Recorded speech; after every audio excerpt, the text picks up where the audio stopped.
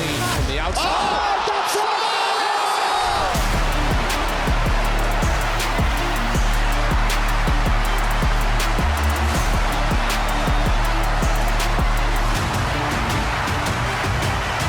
But now he's got to be careful.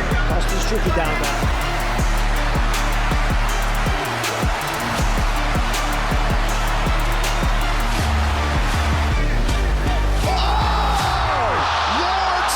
Sits him down.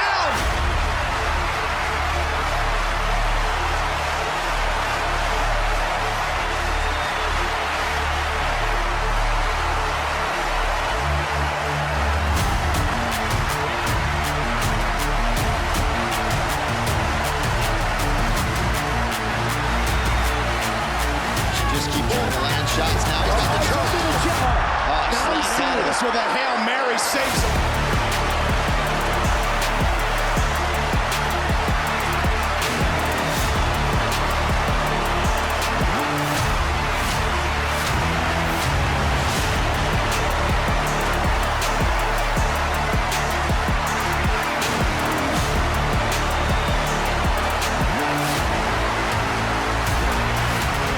Belt, so give me someone who's going to prove that I'm ready for the title.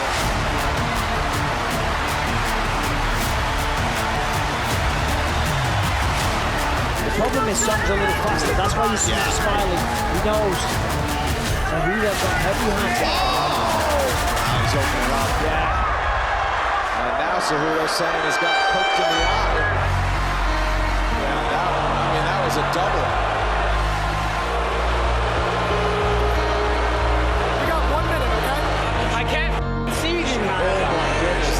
Good to say. I need to go to the scorecard, so I got to start this round. Understand? I'll start this round. We're going to the scorecards. Okay? Time. I don't think he has to start the fourth round. He doesn't have to start the fourth round. Finished.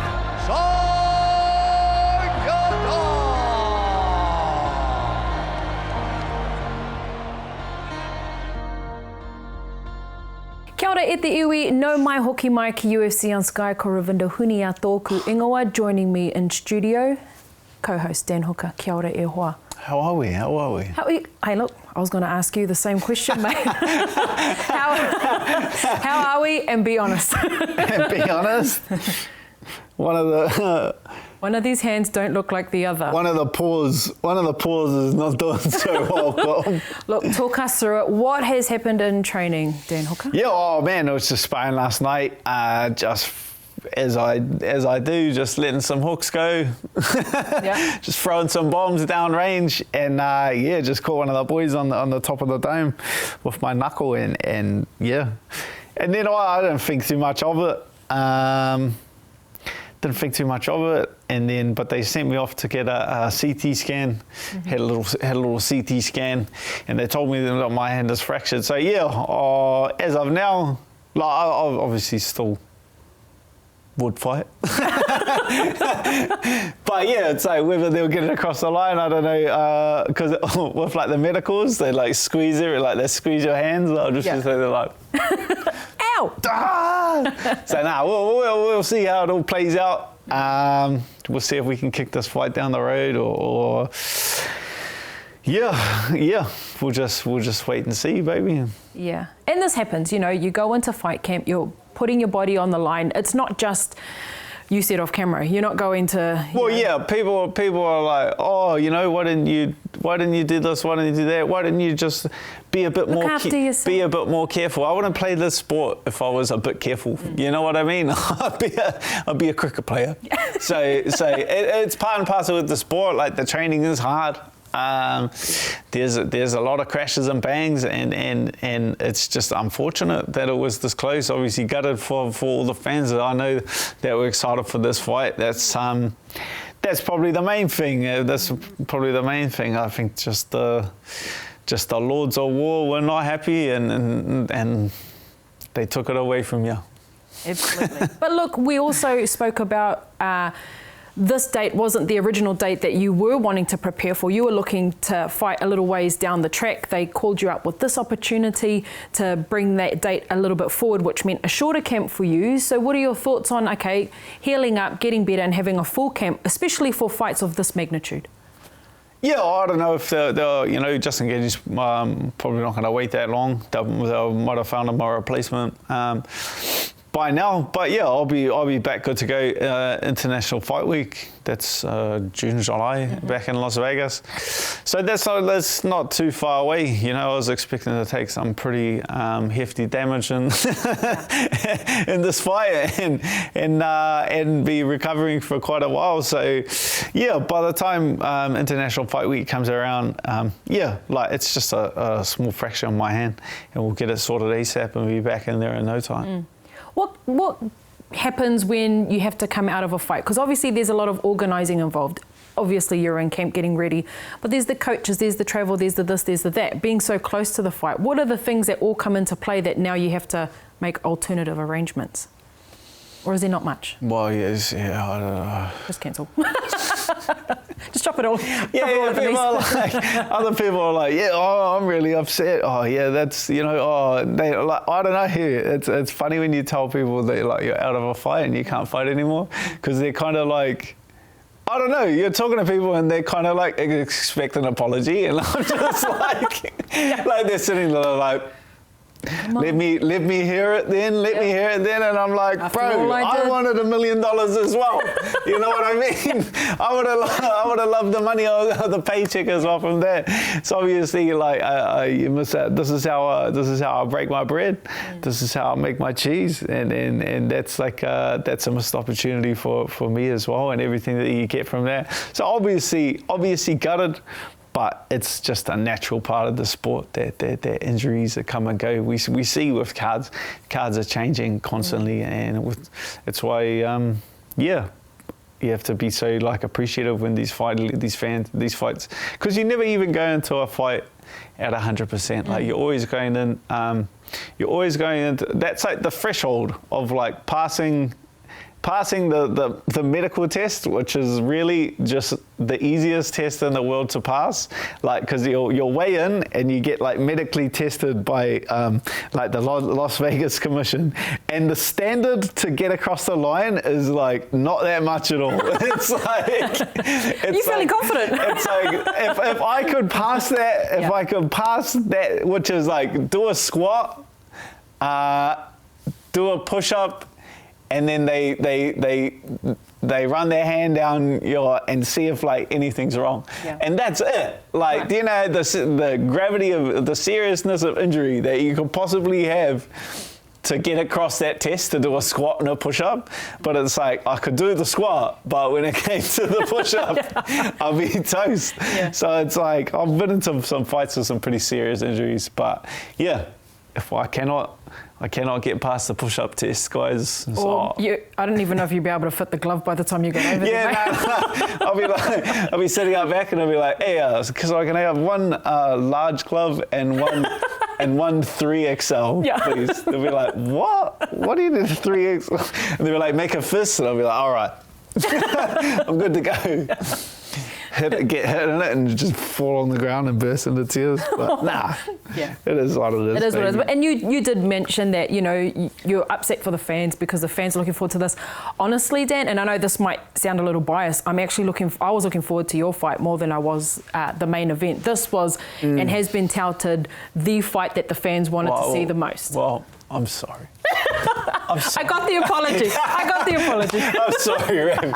If I gave you what you were looking for, I'm sorry. It was more of an expression of disappointment. You don't need to be. She wanted her apology and she got it. But look, all the very best on healing from this, and obviously International Fight Week, you've done it before, and back in Vegas, we know you love Vegas, so hopefully we will see you there, so do the thing. Do the thing. Yeah. Taking it easy, guys. Yeah. Speaking of, you were originally wanting to be working towards that UFC Miami card, UFC 314, which has just been announced. Alexander Volkanovski will be headlining with Diego Lopez. Now, we spoke about this on the show last week as the news broke on Thursday, and the big surprise was being Alexander Volkanovski facing Diego Lopez and not Ilia Topuria. And now it has come to pass that he is moving to the lightweight division. So your thoughts on that? This is obviously your division. Yeah, like as far as I know, the UFC, the fight that the UFC wanted to make, and that's what I've been hearing for the longest time, was they wanted to make Ilia Topuria versus Alex Volkanovski. They wanted them to run it back and fight again. And then like Ilia wasn't agreeing to the fight, saying that he just can't make the weight, or he's just saying I need 6 months to make the weight. And to need 6 months, like I made the weight on a couple of days' notice. To need 6 months to make your weight class just doesn't. That means that you can no longer compete at the weight class, and that kind of is what we can see. So it's not like a Conor McGregor situation where he had the featherweight title, and then he moved up to lightweight, still retaining the featherweight title, and then was able to have that moment where he strapped both belts over his shoulders and he was declared like a double champ. It won't be that kind of situation when Diego Lopez and Alexander Volkanovski compete. As soon as the bell rings, the title is vacated. So essentially, Ilia Topuria is being stripped of his title. Isn't that interesting? I mean, especially when we talk about, you talk about fighting for a title, working towards that, and he's got it in his hands, and 6 months to make weight because he can't hold. Well, it's like, again, we're in the sport of risk versus reward as well, and Ilia Topuria's, knocked out the two legends. He knocked out Alex, and then he knocked out Max Holloway. So he's knocked out two. Like, how do you top that? And I also say that repeatedly, and that's like a golden rule of rematches in combat sports: is never take a rematch unless you think you can do better than the first fight. How on earth would Ilia Topuria top the victory he already had over Alex Volkanovski? Say he then beat him by decision, or if he lost, then people were going to think that his skill set is degrading, or like common conception would be that he's getting worse at fighting somehow. So it's like he had nothing left to accomplish. So he then set his sights on the lightweight division. So it'll be interesting on his move up, because that looks imminent now. His title has been stripped. And I feel like it also was like a little bit of a show of force from the UFC as well. They've obviously offered him, he was offered this date, this April Miami card, that Alex and Ilia were supposed to be in the main event of this card, and it's a bit of a show of force. He said, I'm not ready to go then. They said, well, you're not ready to go. You're not ready to hold your title. And they've kind of, they rug pulled him. It was a bit of show of force because they've seen it with stars before. They'll never let a fighter get bigger than the UFC ever again, like they did with Conor McGregor. They let Conor McGregor get bigger than the UFC, and look what happened. You know what I mean? Then we had the Floyd Mayweather thing, and things started going crazy. Yeah. So I feel like the UFC is pretty intent on never letting another fighter be bigger than the UFC ever again. So I feel like it's a little bit of a show of force from the UFC as well by stripping his title. So why wouldn't it be an interim title, or is that only if he's injured? Show of force. They're flexing, and he's saying he can't make the weight. Or he's saying he needs 6 months, or you turn down 1 or 2 fights. The UFC is just showing you that they're showing you that they wear the pants around here. So yeah, I don't think it necessarily was a case where they wanted him to move up and challenge Islam Makhachev. Because that's obviously, like, now the fight everyone's talking about is Ilia versus Islam Makhachev, but Islam has also come out and said he's got to fight someone first. Like, why would I challenge him? And that makes complete sense to me. He already has wins over. He already beat Alexander Volkanovski in Perth in a close back and forth battle, and then won that fight. And then everyone after the fight's like, oh well, you almost lost to a featherweight. Yeah. So it's almost like a lose-lose situation for Islam Makhachev if he beats Ilia Topuria, because it's like if you beat him, you don't really get any real pats on the back or accolades or credentials for it. And if you lose to him, then you got knocked out by a featherweight, and it would then tarnish and destroy your legacy. So it's like, that's another golden rule is champions always have to continue to go up, and that's what I believe Islam Makhachev will do. Jack Della beats Belal Muhammad. I think 100% chance we see Jack Della versus Makhachev for the welterweight title. How exciting is that? How exciting is it to see Jack Della, Maddalena from Perth, competing for the welterweight title? Originally slated to be on Carlos Olberg's card in London to face Leon Edwards. Also a great opportunity for Jack Della. And then boom, he's just promoted straight up to main event on 315. Yeah, huge. Amazing. Obviously, Shavkat got injured, and so the next logical one to step up to the plate was Jack Della. So yeah, obviously coming off that Gilbert Burns fight and breaking his arm in that fight, having the same surgery that I had, sitting like the last year must have been incredibly frustrating for Jack Della. Like he's sitting on the, he's just come off a big win. He's then injured. I know that because I was talking to his manager as well, and he was getting infections in his where he had his surgery. So he's like continually getting told he's not allowed to fight for the last year, and then to go through all that hardship and then to get an opportunity at a title shot, incredible. It must be a very surreal moment for Jack Della. Yes, it all came around full circle, and I had the pleasure of catching up with Jack shortly after the news was announced, and there's no one happier on earth in the welterweight division than Jack Della right now. Thank you. Thanks for having me.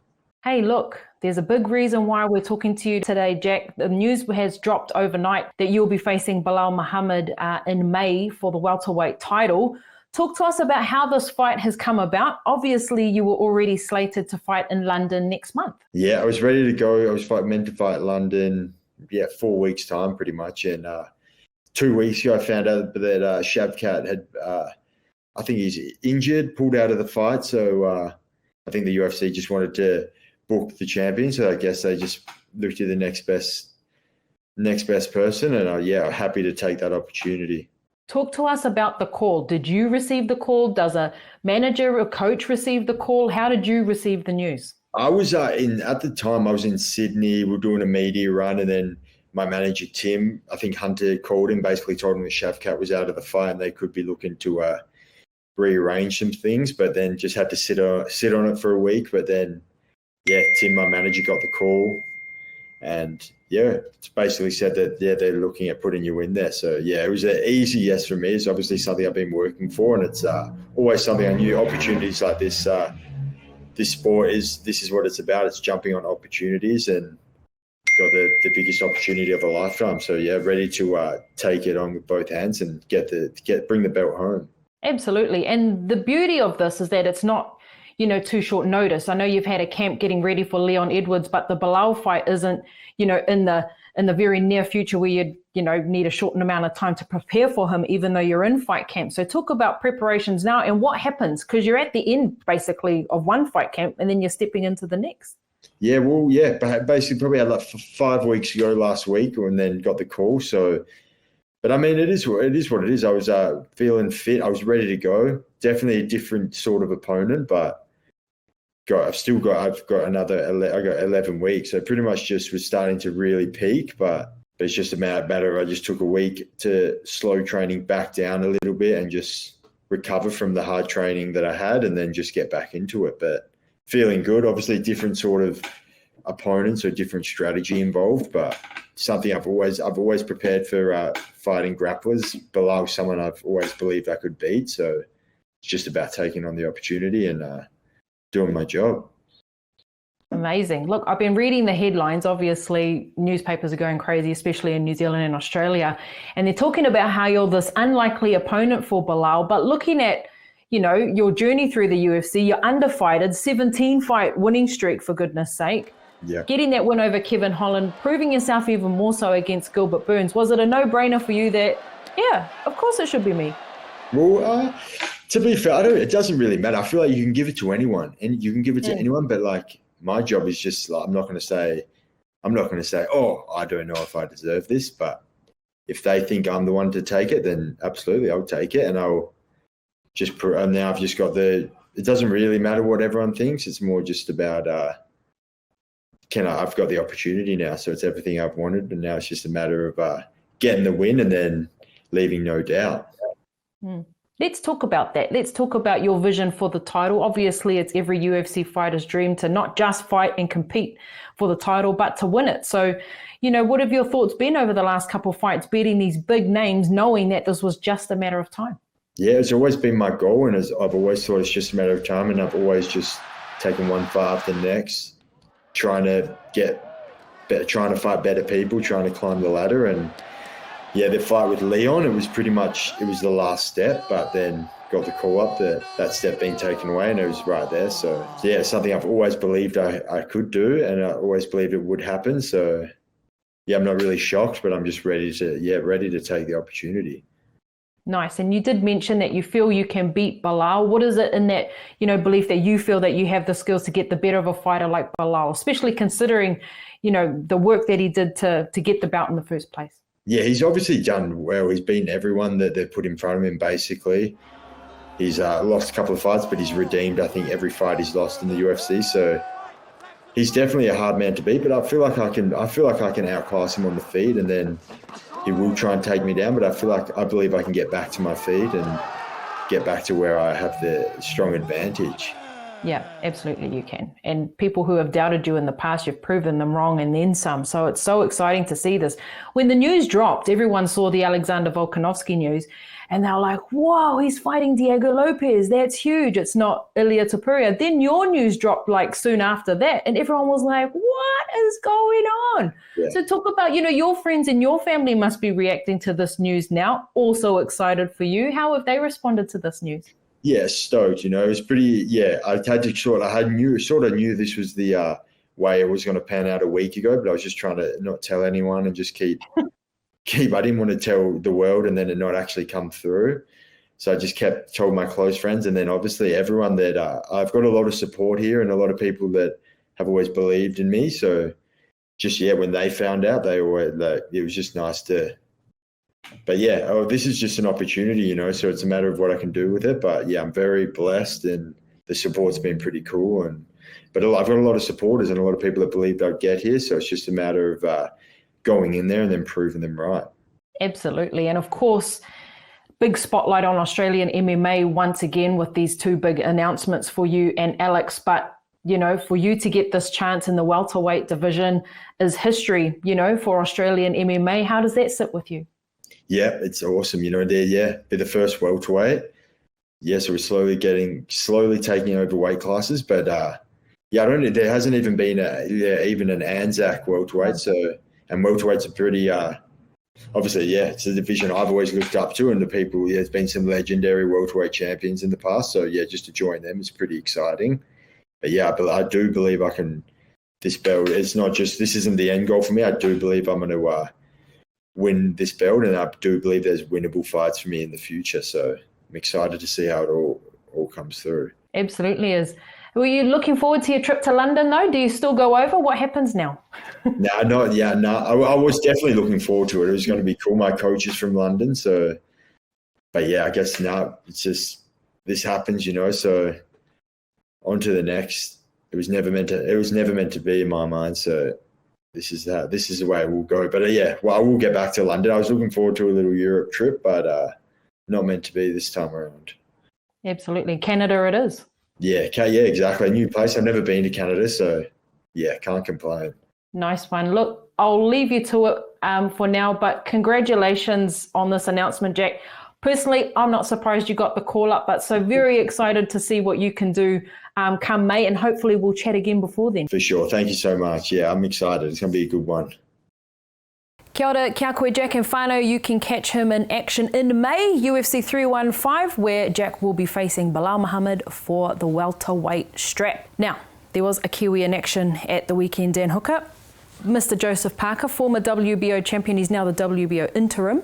News broke on Friday that Dubois was no longer available to fight on Sunday morning for the IBF heavyweight title, which was, a bit gutting for Parker, but they found him a replacement quick smart, and in walked Bacoli. Yeah, it's pretty incredible what like the Turk is doing for heavyweight boxing, like putting these huge fights together. And really just making things happen. Like he's got the money to grease the wheels and make people do, because that's kind of what was happening with the heavyweight boxing on the global stage, was there wasn't enough money to grease the wheels. And at that time, you know, before he came along, let's say Joseph Parker's opponent pulled out, like there's no way you have enough money to get a guy to step in on a day's notice. But he obviously is just making things happen. Parker could have sat out and waited and wasted that training camp, but he stepped up to the plate. Blakoi was an incredibly dangerous opponent, but he took him on, took him out of there and looked incredible. He's still so fast he's carrying the extra muscle, but he's incredibly fast, knocking him out in the second round. It was an incredible performance. Yeah, he's obviously, now he can sit and wait. Yeah. Now he can sit and wait, and I'd say like his next fight will be for some kind of unified title that has to make the most logical sense, or one of the huge names of the division. Yeah, you mentioned that Joseph Parker weighed in heavy. It was 121 kgs, heaviest he's ever been for a fight, let alone preparing for a title fight. And as you say, looked in great condition when he took on Bakoli. But the chat that's happening afterwards, obviously when Joseph Parker won this fight and, you know, convincingly doesn't even cover it, he straight away said he wants that title fight to be the unified champion against Usyk. Dubois has since come out after his sickness mystery, apparently food poisoning, we're not quite sure. He has said that he wants Usyk. Dubois has made it known he went into the ring with Usyk after he beat Fury, saying, I want to fight you, even before he had even faced Parker. What do you think of the likelihood here, especially considering Dubois is currently holding that IBF title? Yeah, well, that makes the most sense. That's the next most logical fight. And if I'm going to fight Usyk for all the bouts, or I'm going to fight a very dangerous, powerful Joseph Parker, then obviously Topuria is going to be leaning towards taking that Usyk fight. But again, that's combat sports, that's fighting. Anything can happen on any day. And Joseph Parker, I'm sure, will keep himself in the gym, keep himself ready, because he's the next guy in line to step up to the plate should either of those guys fall out of that fight. Absolutely. Waiting in the wings, and congratulations to you again, Joseph Parker, on that win. And we are hoping to see you fighting for some strap gold at some point. I would clap. But I will He's clap. In pain. He's in pain. Let's turn our attention now. UFC Fight Night this Sunday at the UFC Apex. Kai Kara France's old foe, old mate, Manel Cape, will be taking on Asu Almabayev. He was supposed to be fighting Royval for this fight, and I am pretty sure Almabayev was supposed to be fighting Steve Usyk, who is now fighting Brandon Moreno. So again, a lot of flyweight movement here. Yeah, Almabayev, 17-fight win streak. I believe he's getting his opportunity. Obviously, Cape, regardless of how he wins, if you get his hands on the microphone after the fight, we're in for a treat. What's that about me for? He's obviously very good on the mic, and this is just another. You know, there's a lot of movement in the flyweight division now. It's really getting like a clear path, and the winner of this fight, obviously, I don't think lines himself up for a title shot, but gets himself back in the conversation. Again, as unbiased as we are waiting for a Kai Kara France announcement in the imminent future, because we are hoping he gets that title shot first and foremost. But before we leave tonight, whānau, I wanted to give a special shout out to the 55 kapa, or the 55 teams that will be competing at the Matatini over the next few days. Matatini is not just New Zealand, but the world's biggest kapahaka festival, and kapahaka, of course, being our Indigenous Māori culture brought to life on the stage. So all the very best to all of the performers and all of those involved. If you get the chance, Te Matatini o Te Kahui Maunga, tune in and support your local rohe or your local region. Daniel Hooker, thank you so much for joining me. All the very best on your healing. Thank you. Thank you. And whānau, we will see you back here next week. Hei kona mai.